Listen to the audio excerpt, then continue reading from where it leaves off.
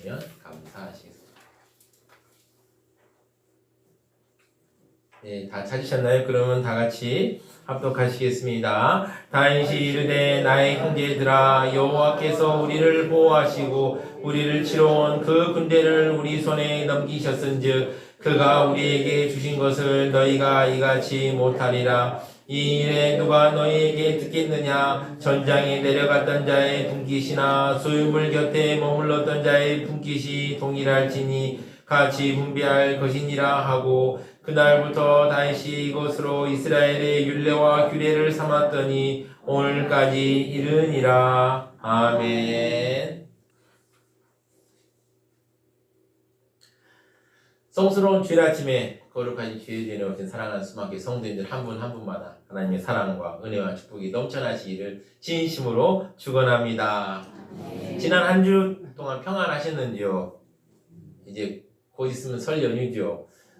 이미 여행을 떠나신 분들도 있다고 하시더라고요. 그런데 어쨌든 설 연휴를 앞두고 있는데 옆에 있는 분들에게 새해 복 많이 받으세요. 이렇게 인사하시기 바랍니다. 새해 복 많이 받으세요. 네, 새해 복 많이 받으십시오. 주 안에서 은혜가 넘치는 새해 되시기를 바랍니다. 네, 다음 주 수요일은 다음 주 아니죠. 이번 주 수요일이죠. 이제 돌아오는 수요일은 설날 당일입니다. 다들 명절을 맞이하면서 어떤 생각 가지고 계신지요? 설 명절만 생각하면 사랑하는 가족들을 만날 생각에 기대가 가득하신 분들도 있겠지요. 또 반면에 근심이 가득하신 분들도 있을 것입니다. 그러나 하나님의 은혜 가운데 즐거운 설 명절 보내시기 바랍니다.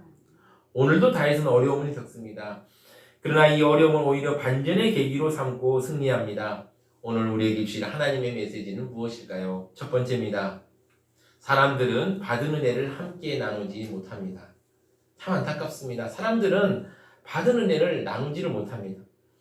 다윗은 큰 승리를 거두고 이제 후속 조치를 취합니다. 21절을 보시면 다윗이 전에 피곤하여 등이 자기를 따르지 못함으로 부솔 시내에 머물게 한 200명에게 오매 그들이 다윗과 그와 함께한 백성을 영접하러 나오는지라 다윗이 그 백성에 이르러 무난하매 다윗은 승리를 하고 백성과 전리품 다 끌고 왔습니다. 그리고 부솔 시내에 기다리고 있던 200명을 보자마자 무난했습니다. 여기서 무난했다는 건 멀리서 안녕 이렇게 말하는 게 아니라 다가가지고 거의 이제 얼굴이 맞댈 정도로 다가가서 그들에게 평안했는지 또 어쨌는지 이렇게 걱정하는 말을 했던 것입니다. 그런데 함께 싸우고 온 다른 사람들은 달랐습니다. 22절을 보시면 다윗과 함께 갔던 자들 가운데 약한 자와 불량배들이 다 이르되 그들이 우리와 함께 가지 아니하였은즉 우리가 도로 찾은 물건은 무엇이든지 그들에게 주지 말고 각자의 처자만 데리고 떠나가게 하라 하는지라. 다윗과 함께 싸우고 돌아온 사람들의 말이 거칩니다. 딱 느껴지시죠? 성경 말씀 읽으시면. 그런데 한편으로 생각해보면 그들의 심정을 이해할 수 있습니다. 다윗을 열심히 따라다니다가 이제 아비가일과 다윗이 결혼해가지고 좀 안정되나 싶었는데 블레셋으로 이동해가지고 가드성에 머물러 있을 때 얼마나 눈치를 많이 봐야 되겠습니까? 말 한마디, 행동 하나 조심조심해야 되겠죠. 그러다가 그렇게 견디다가 이제 시글락에 왔을 때 이 총구석으로 왔으니 경제적으로 얼마나 많은 어려움이 있겠습니까? 식구들 먹여 살려야 되니 쉽지 않겠죠. 그러다 보니까 본의 아니게 또 약탈도 가야 되고 또 이렇게 막 힘들었습니다. 그리고 나서 아기스의 부름을 받아 원치 않은 전쟁터에 끌려갔을 때 마음이 괴로웠을 것입니다. 그러나 하나님의 은혜로 다행스럽게 아벡에서 시글락으로 돌아올 때만 해도 이제 보고 싶은 가족들을 생각하며 멀리 걸어와서도 힘들지 않았습니다. 그런데요. 집에 돌아오자마자 아말렉에게 약탈된 그 집을 보고 절망했습니다. 그리고 다윗을 원망했지만 또 그래 한번 다시 다윗을 믿고 또 가자 그래가지고 아말렉을 찾아 나섰습니다. 그리고 동료들이 막 지쳐서 도저히 못 가겠다고 할 때 피곤함과 고통을 견디고 억지로 아말렉 거처에 가서 아말렉 사람을 물리치고 전리품을 얻어왔습니다. 얼마나 힘들겠습니까? 그러니 거친 말이 나왔겠죠. 저는 그들의 심정을 이해할 수 있습니다. 얼마나 남겨진 사람들이 화가 났겠습니까? 나는 이렇게 죽음을 두려워하지 않고 싸워서 이것을 얻었는데 다윗과 함께한 사람들 중에 악한 자들과 불량배들도 있었습니다. 그들은 전리품을 분배하는 때 이르자 남은 자들에게 물질은 주지 말고 사람만 돌려주라고 요구했습니다. 전투에 참여했던 악한 자들과 비류들은 그들 스스로의 힘으로 아말렉을 무찔렀다고 생각해서 더 화가 났습니다. 그러나 그들이 화를 낸 이유는 하나님의 은혜를 잊어버렸기 때문입니다. 이런 모습은 신약시대에도 나타납니다. 그래서 사도 바울은 그런 자들에게 이렇게 권면합니다. 에베소 2장 8절 9절을 보시면요, 이렇습니다. 너희는 그 은혜에 의하여 믿음으로 말미암아 구원을 받았으니 이것은 너희에게서 난 것이 아니요 하나님의 선물이라. 행위에서 난 것이 아니니 이는 누구든지 자랑하지 못하게 함이라. 하나님의 은혜로 구원 얻었는데 그 은혜를 망각하였기 때문에 악한 것이고 공로주의에 근거한 것입니다. 자신이 하나님이 되고자 하는 영적 교만에 근거한 것입니다. 오늘 하나님의 은혜를 잊어버리고 자신들이 더 많은 몫을 받기를 바라는 사람들을 성경에서는 악한 자라고 하였습니다. 세상에는 이런 사람들이 참 많습니다. 그래서 소송과 분쟁이 끊이지 않습니다. 사람들은 어떻게든 자신이 더 많은 몫을 받고 싶어 합니다. 내가 수고했으면 그만큼 더 많은 것을 받아 누리는 것이 당연하다고 생각하기도 합니다. 그래서 그러지 못하면 부당하다고 생각합니다. 오늘 우리가 살펴본 본문에서는 이런 생각을 가지고 주장하는 사람들을 악한 사람들이라고 말합니다. 하나님께서 은혜로 주신 것에 자신의 공로를 주장했기 때문입니다.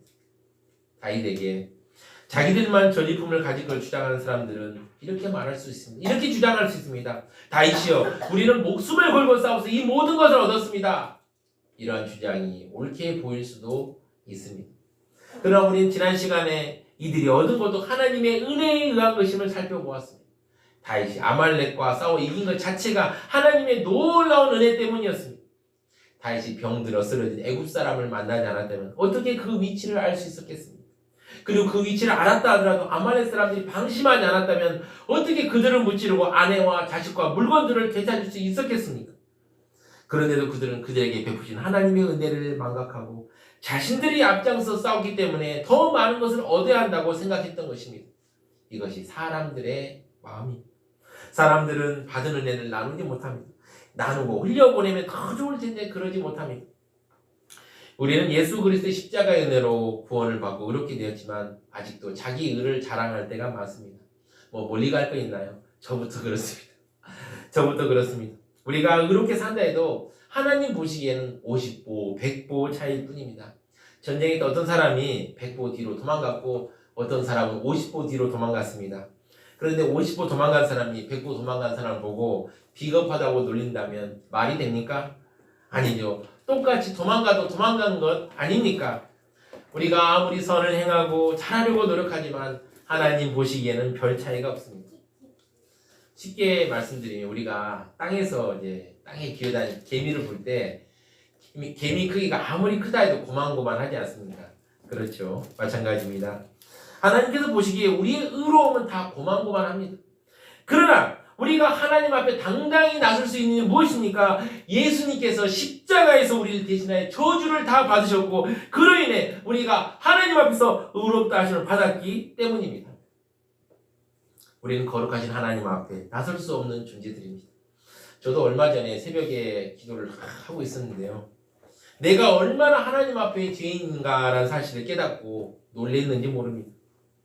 그리고 반면에 또 하나님의 은혜로 의롭다 하심을 얻었음을 깨닫고 감사하는 마음이 들었습니다.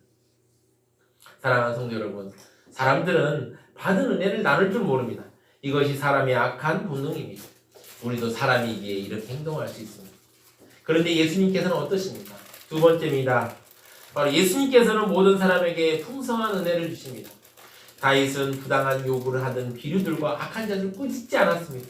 이렇게 타이름 23절을 보시면 다윗이 이르되 나의 형제들아 여호와께서 우리를 보호하시고 우리를 치러온 그 군대를 우리 손에 넘기셨은즉 그가 우리에게 주신 것을 너희가 이같이 못하리라.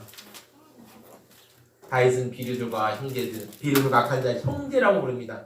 왜냐하면 우리는 다 같은 신앙 공동체라는 걸 강조하기 위함이죠. 다윗은 전쟁의 승리의 원인이 하나님께 있고 전쟁의 승리의 기쁨을 모든 하나님의 백성이 다 같이 누려함을 바랍니다. 그러면서 악한 자들과 비리들이 하는 말이 설득력 없다라는 걸 말하면서 똑같이 분배할 것을 명합니다. 24절을 보시면 이렇습니다. 이 일에 누가 너희에게 듣겠느냐? 전장에 내려갔던 자의 분깃이나 소유물 곁에 머물렀던 자의 분깃이 동일할지니 같이 분배할 것이니라. 다윗은 이 전쟁의 승리가 사람의 강함과 무기가 아닌 전적으로 하나님의 은혜였을 말하며 이들의 주장이 설득력 없다고 말합니다. 그러나 율법에 따라 분배할 것을 명합니다. 율법에는 싸움에 나갔던 군인들과 회중들이 똑같이 전리품을 분배하라고 명시되어 있습니다. 즉 다윗이 같이 말한 것은 인간적인 판단에 의해서 말한 것이 아니라 하나님께서 세우신 율법의 정신에 매우 충실한 것이었고 선한 결정이었습니다. 다윗은 이렇게 선하게 결정한 것에 멈추지 않고 앞으로 이런 이기적인 모습이 문제가 되지 않도록 하기 위해서 이것을 이스라엘의 율례와 규례로 삼았습니다. 25절을 보시면 그날부터 다윗이 이것으로 이스라엘의 율례와 규례를 삼았더니 오늘까지 이르니라. 본문의 내용을 살펴볼 때 다윗이 이번에 싸움에 나간 자나 나가지 않는 자에게나 전리품의 분깃을 똑같이 분배하여 주기 전에는 하나님의 명령이 잘 지켜지지 않았던 것 같습니다. 그만큼 이스라엘의 신앙이 많이 무너졌다는 거죠. 우리가 사사기를 보면 왕이 없는 고로 자기 소견에 옳은 대로 행했다라고 하지 않습니까? 그러니까 얼마나 자기들 마음대로 했겠습니까? 그런데 다윗처럼 무너져 있던 하나님의 율법을 세우고 또 하나님의 법이 지켜지도록 했습니다. 지금 성경은 다윗을 통해서 예수님의 모습을 보여주고 있습니다. 우리는 다윗이 항상 선한 일만 하지 않았음을 우리는 압니다. 그러나 이 장면에서 다윗은 예수님의 모습을 보여주고 있습니다.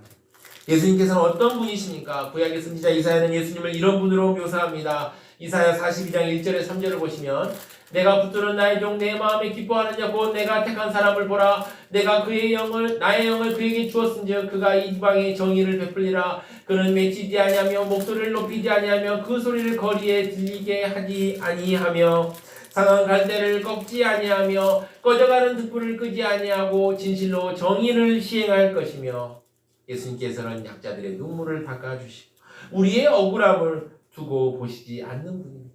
다윗이 전쟁에 참여할 수 없는 약자들까지 배려할 듯이 예수님께서도 우리의 연약함을 긍휼히 여기시고 보살펴 주십니다.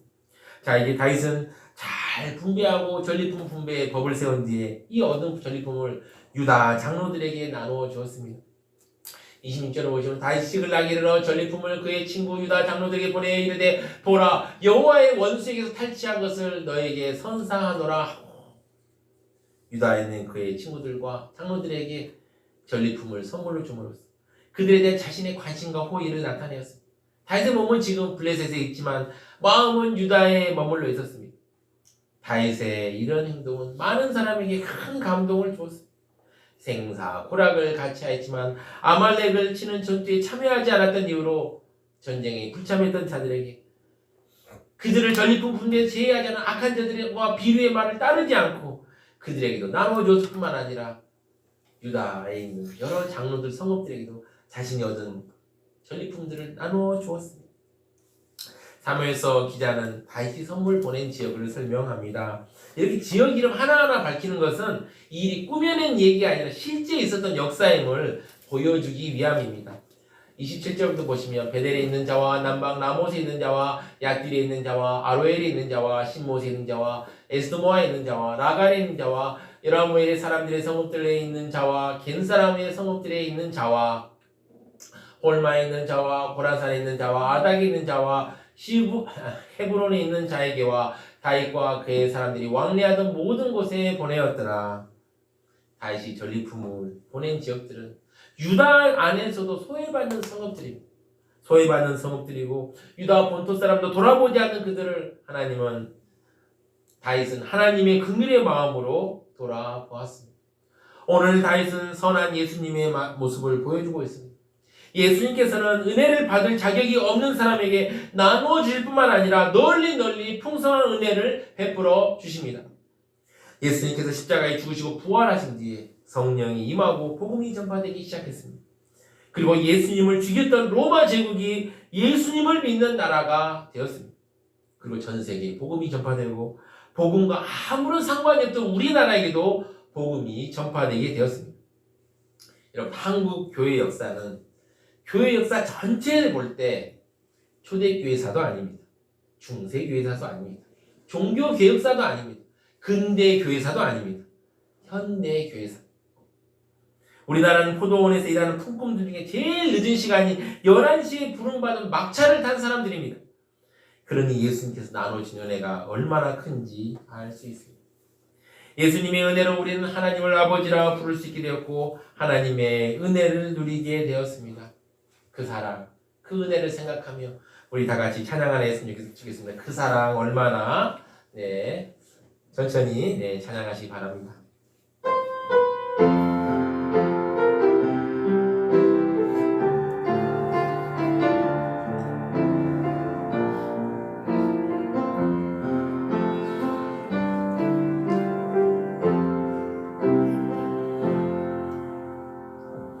다 표현 못해도 나 표현하리라. 다 고백 못해도 나 고백하리라. 다 알 수 없어도 나 알아가리라. 다 닮지 못해도 나 닮아가리라. 못해도 다 표현 못해도 나 표현하리라. 나 고백 못해도 나 고백하리라. 다 알 수 없어도 나 알아가리라. 다 닮지 못해도 나 닮아가리라. 그 사랑 얼마나 아름다운지. 그 사랑 얼마나 날 부욕해 하는지. 그 사랑 얼마나 크고 놀라운지를. 그 사랑 얼마나 나를 감격하게 하는. 그 사랑 얼마나, 그 사랑 얼마나 아름다운지. 그 사랑 얼마나 날 부욕해 하는지. 그 사랑 얼마나 크고 놀라운지를. 그 사랑 얼마나 나를 감격하게 하는지. 아멘. 세 번째입니다. 우리는 모두 주님의 은혜를 받았습니다. 오늘 우리는 다윗을 손수 남기는 사람들과 유다지역에 소외된 사람들이 은혜를 받음을 보았습니다. 부솔 시내에 남겨진 사람들은 어떤 마음이었을까요? 편하고 즐거운 마음이었을까요? 아닙니다. 싸우고 싶지만 도저히 할 수 없는 몸과 마음이었을 것입니다. 그리고 다윗과 그의 사람들이 잘 싸울 수 있을까? 가족들은 살아있을까? 걱정하는 마음이 가득가득했을 것입니다. 그저 기도하는 마음으로 기다리고 있었습니다. 그때 승리하는 다윗의 무리들과 그 함성 소리와 사랑하는 가족들의 모습을 보았습니다. 게다가 다윗의 배려로 싸우진 않았지만 전리품을 나누어 받았을 때 그 마음이 어땠을까요? 부솔 시내에서 기다리고 있던 사람들을 묵상하면 저의 모습이 떠오릅니다. 오랜 고시 공부로 몸과 마음이 다 피폐해져 있었는데 이 세상에 제일 보람된 일이 뭘까라고 생각하다 보니까 영혼들을 섬기는 일이다라는 생각이 들어서 결심하고 신학 공부를 하겠다고 했습니다. 근데 그때 어떻게 할지도 몰랐습니다. 그날이 바로 토요일이었는데요. 이제 제가 신학교를 가려면은 거쳐야 되는 절차가 있어요. 뭐냐면 목사 후보생 고시를 통과해야 되는 것입니다. 그때 이제 아버지가 속해 있던 그 노예 진경 노회장 목사님께 한번 말씀을 드렸더니 바로 다음 주 월요일 날 시험이 있다는 것입니다. 목사 후보생 고시 시험을 볼 수 있다고 하셨습니다. 근데 과목이 여러 과목이 있어요. 뭐 신조, 상식, 성경, 헌법, 뭐 여러 과목들이 있는데 그 목사님이 저보고 그러더라고요. 우리 박용성대는 그냥 성경만 공부하고 와. 시간이 있으니까 뭐 그냥 토요일날 전화하고 그 다음 월요일날 보는데 시간이 없으니까 그냥 성경만 그냥 부랴부랴 막 공부하고 시험 봐가지고 시험을 봤습니다. 결과는 어땠을까요? 하나님의 은혜로 목사 후보생 고시 시험을 합격할 수 있어요. 뭐 다른 건 다 빵점인데 성경만 달달달 외워가지고 가가지고 그것만 통과했죠. 그리고 신대원 공부도 어떻게 할지 몰라가지고 서점에서 그냥 책 한 권, 뭐 입시책 하나 구해서 공부하다가 그 신대원 입시 스터디 그룹이 있다는 소식을 듣고 3주 그냥 공부해가지고 덜컥 합격하고 2차까지 붙었습니다. 저랑 같이 목사 후보생 시험에 합격한 사람들 중에서 같이 시험을 준비한 친구들이 있었는데 그 친구들은 다 떨어지고 저만 붙었습니다. 그 사람들이요, 하루 이틀 공부한 사람들이 아닙니다. 1년, 2년 하신 분들인데 오랫동안 시험을 준비한 그들이 보기에 저는 부솔 시내에서 은혜를 입은 사람이었습니다. 저는 오랜 고시 공부로 몸이 다 망가져 있어서 공부를 제대로 할 수도 없었습니다. 뭐 이런 느낌이었던 것 같아요. 지금 이제 많이 회복돼서 그런 느낌이 없는데 살아있는데 속이 텅 비어있는 느낌입니다.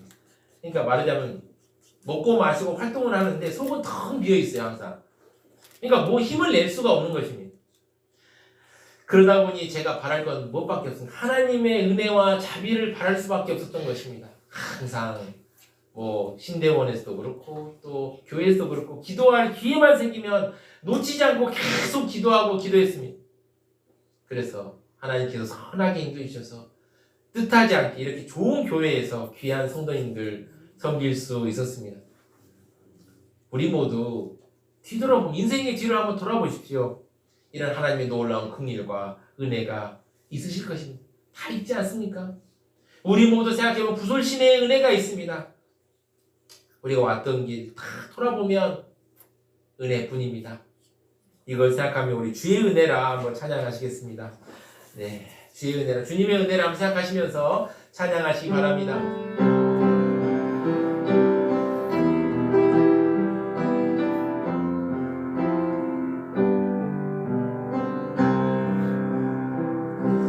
내 평생 살아온 길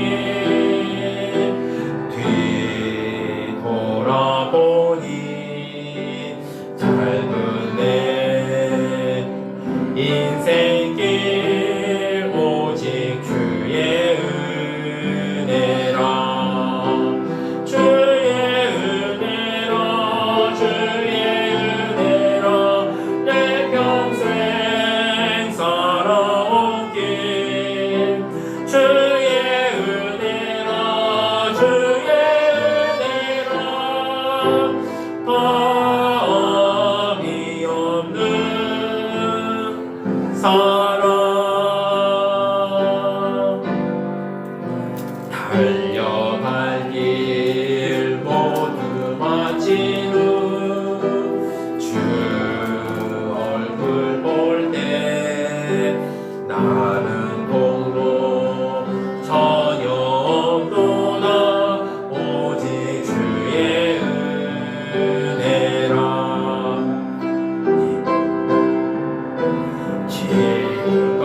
지금까지 지내온 것 주의 크신 은혜라 한이 없는 주의 사랑 어찌 이루 말하랴 찬하게나 주의 손이 항상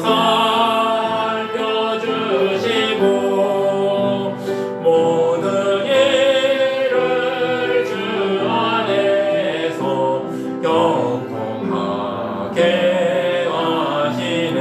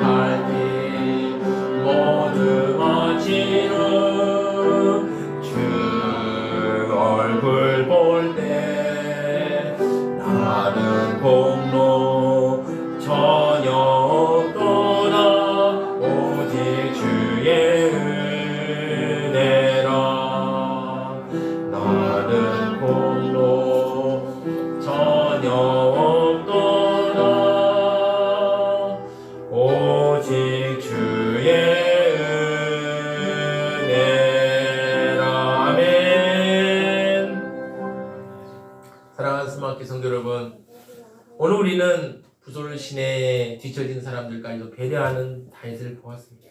다윗의 모습은 예수님의 모습입니다. 지금 주님은 부솔신에 뒤처진 우리들을 따뜻하게 감싸 주십니다. 지금 혹시 마음대로 일이 안 풀려 마음이 답답하십니까? 하나님의 은혜를 기억하십시오. 지금 주님은 사랑의 눈으로 여러분들을 바라보고 있습니다. 다윗이 부솔신에 머무른 사람들을 바라본 것보다 더 따뜻한 눈길로 여러분들을 바라보고 있습니다. 우리를 향하신 주님의 사랑과 은혜를 생각하며 이번 설 명절에서 승리하시는 사랑하는 소망교회 성도님들 되시기를 진심으로 축원합니다. 다 같이 합심하여 기도하시겠습니다. 주님께서 주시는 은혜를 생각하며 설 명절에도 승리할 수 있도록 주여 한번 외치고 힘차게 기도하시겠습니다. 주여! 주님 감사합니다. 우리에게 주셨던 하나님의 은혜를 생각해봅니다. 얼마나 감사합니다. 받은 은혜가 없는 자들에게 이렇게 큰 은혜를 베풀어 주시니 감사합니다. 이 은혜를 생각하며 이번 설 명절에서도 아버지와 승리할 수 있도록 쭉 붙들어 주시옵소서.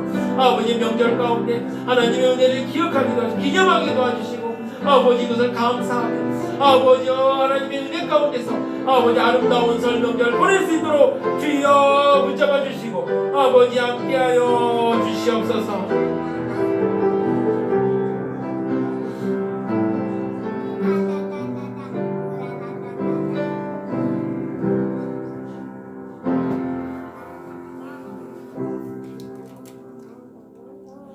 참으로 부족하고 죄인된 우리들에게 은혜를 넘치게 부어주시는 하나님 아버지, 오늘 말씀을 통해서 우리가 부솔신에 뒤처진 자들이었음을 고백합니다.